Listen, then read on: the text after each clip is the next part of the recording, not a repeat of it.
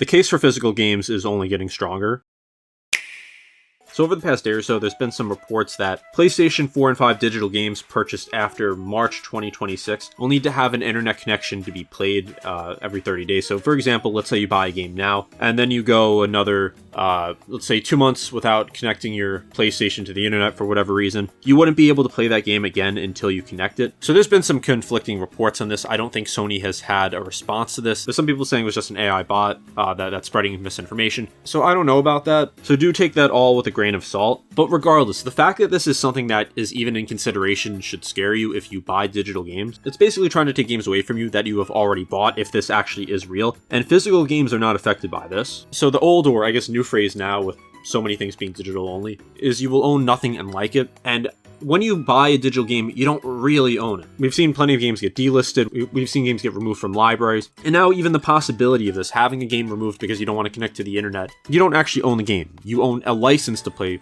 the game that they can restrict at any time. But with physical games though, and at least most physical games, and I'll get to the ones that don't count for this in a little bit, you own those games. Yes, you have to download to the console, but most of them do not require an internet connection. And I'm not supporting games that need an internet connection to download, but at least after you do download it, from that point, you do own the game, like it is on your console. Now, that's a whole other issue I could talk about in another video, but for the most part, when you get that game, it's yours. They can't take it away from you. Now, there's stuff like game key cards, which are kind of like the games that require an internet connection, except it's literally all on your console, so I guess it's pretty much the same, except you have no actual data on the cartridge, but at least once you do download it, it is yours, I guess as long as you don't delete it. Again, a whole other issue, and I think that actually is more relevant to what we're talking about here, because for around, I guess 13 years now, Microsoft and Sony, and now even Nintendo, have been really pushing digital games, and it could go even farther back to the 360 and PS3 era, but it really started to ramp up around 2013. So if you remember the Xbox One showcase in 2013, when it was always going to be connected to the internet, you needed like the internet to play games, at least I think that's how it was. You couldn't have used games.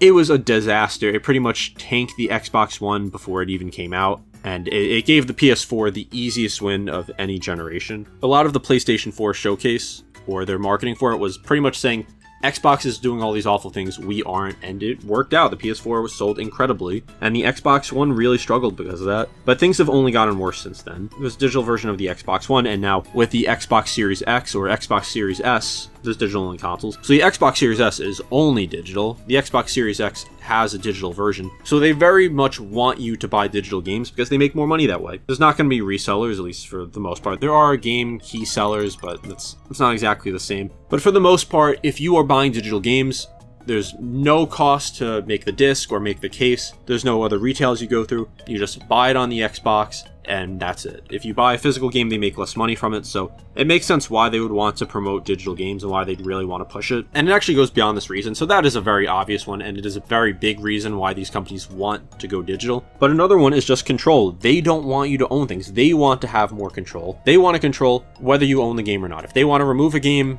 they can go ahead and do that if it's digital. With physical games, they lose that agency because you actually own that disc. You could download it whenever you want, assuming that it doesn't need an internet connection. And companies do not want you to have more agency. They want to have more power over this. They want you to own nothing and be happy, and that saying is completely true. And even if you're saying, well, I keep my PS5 connected to internet all the time, this isn't an issue for me, it's not going to be an issue for most people. Like, most people are going to have their PS5 connected to the internet. I know I do. But that's not really the point of this. The point is that there are going to be people who, for whatever reason, maybe don't have a good internet connection, maybe just don't want to have their PS5 connected to the internet all the time. And they should have that right. If they don't want to have it connected to the internet, they should have that right. And they shouldn't be punished for games that they have already bought because of that. And this is not something new. This has been a huge issue. So, again, I can't 100% confirm this is something that is actually happening, but it is something that could happen if it's not already. But anyway, going back to DRM, it has been an issue for over a decade now, especially Ubisoft has been pretty egregious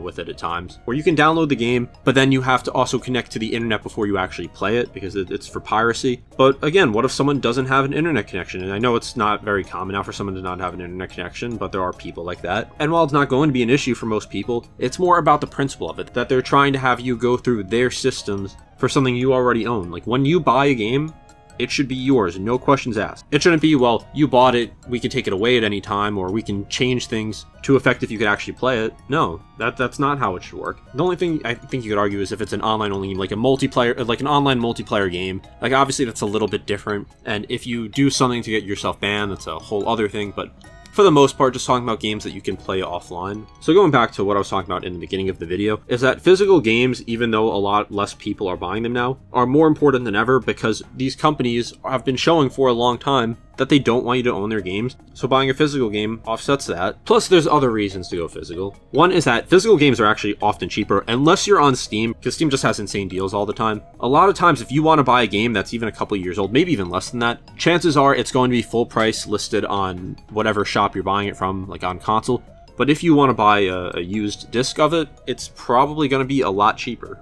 Like with Nintendo specifically, I rarely buy Nintendo games from retailers unless there's a big sale or unless it's a new game, because their prices just don't go down for the most part. Like Super Mario RPG the remake, I didn't get that at launch, but I didn't spend $60 on it, and it still goes for $60 at a lot of retailers. I got it for under $30. That wouldn't be possible if it was a digital only game, and I could give a ton of other examples. But with this market, it's not the company that made it or the console manufacturer controlling the price of it, it's the secondhand market. If there's a game that people are just buying less and there's not as much of a demand for it, chances are it's going to go down when it might stay the same on the digital storefront. And again, these companies do not like that. They want you to give them their money and not someone who's reselling a game. And that's part of the reason why there was so much pushback into the Xbox One, because people hated this.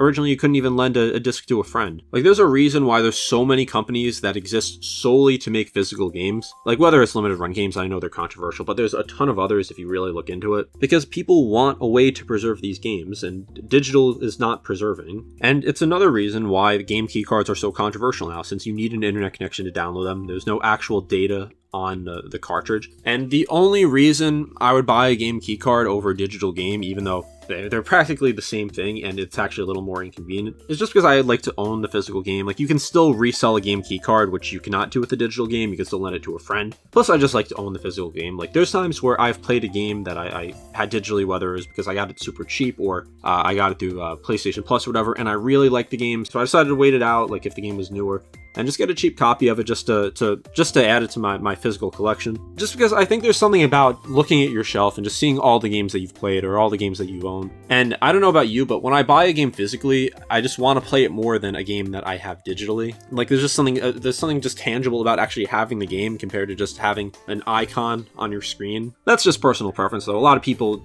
don't really care to display their games or have the physical disc. But I think the most practical ones, that reason is personal, and that's a reason. For a lot of people, just like to own the games and display them. But I think a more common reason people would want to own physical games is just because games are ridiculous now in terms of size. Like, there's games that are around 200 gigabytes now, and you still do need to download games for the most part because the games just cannot run on a disc.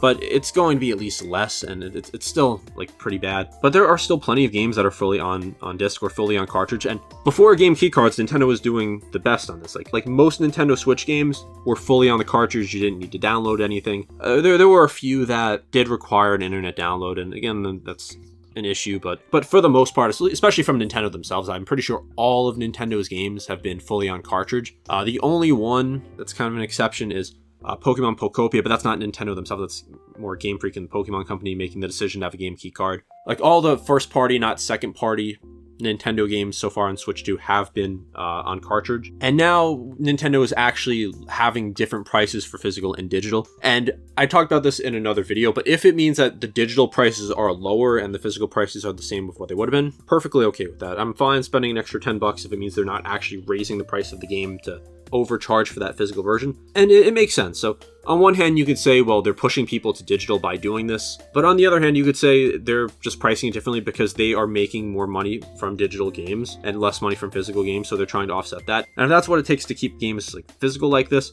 and it doesn't include them actually raising the physical prices, I'm fine with that, because that gives people at least the choice. If you want to get the game digitally for $10 cheaper, you can do that. If you want to get it physically, you can for not much more. I just think it's very important to have actual ownership of games. And even if you think it's a little more inconvenient to have to put the disc in the console, to not just have it all on your system, to have to display the game, or not even display it. You could literally just get like a DVD case and it'll fit like 100 games. That's what I have for PlayStation games. Like, that's all you need to do. And unless you're scared of discs getting scratched for whatever reason, I don't think there's much reason to worry. Like, if you just take good care of the games, then they're going to be fine for the most part. But anyway, what do you think of this? Again, I need to reiterate this because I don't want to sound like I'm spreading misinformation. I've seen conflicting reports on this about if you actually need to have an internet connection every 30 days, but it is something that is possible, and the fact that this is something we could even discuss as a possibility should push more people towards physical games. So that's just my take on all of this. If you want to see my takes on other topics with video games, be sure to subscribe.